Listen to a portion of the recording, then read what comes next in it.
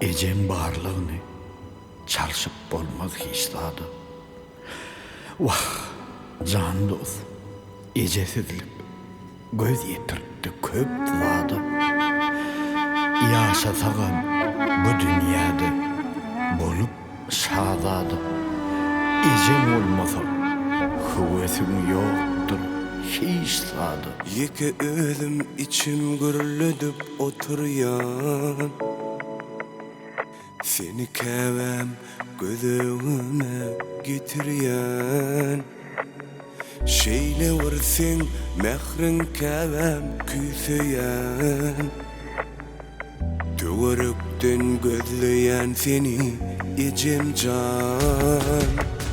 Şeyle vursin mehrin kevem küsüyen, tüvürükten gözleyen seni ecem can.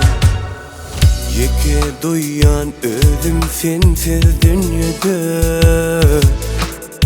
Giyinlik dile soranlama yalvaryan. Keteciler gözüm yaşla ağlayan. Sen yetim o bu ömrüme ecem can.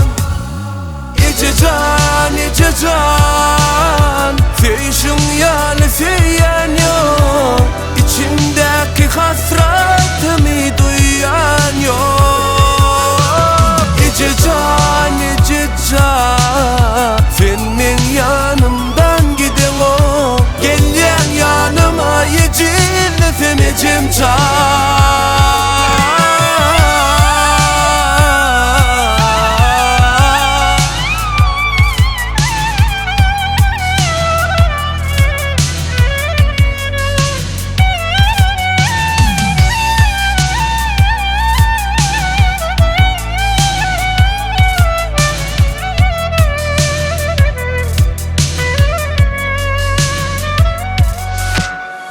Ödüm yaş olsam da köp zade vurdum. Kemsettiler gözüm kararılıp durdum. Görlemedim hemme zade yüreğime sallım. Şanla da sen dileklerin korudu ecem can.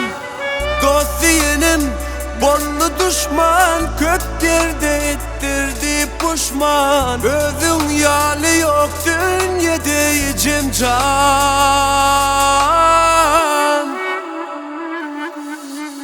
Ece can, ecem can.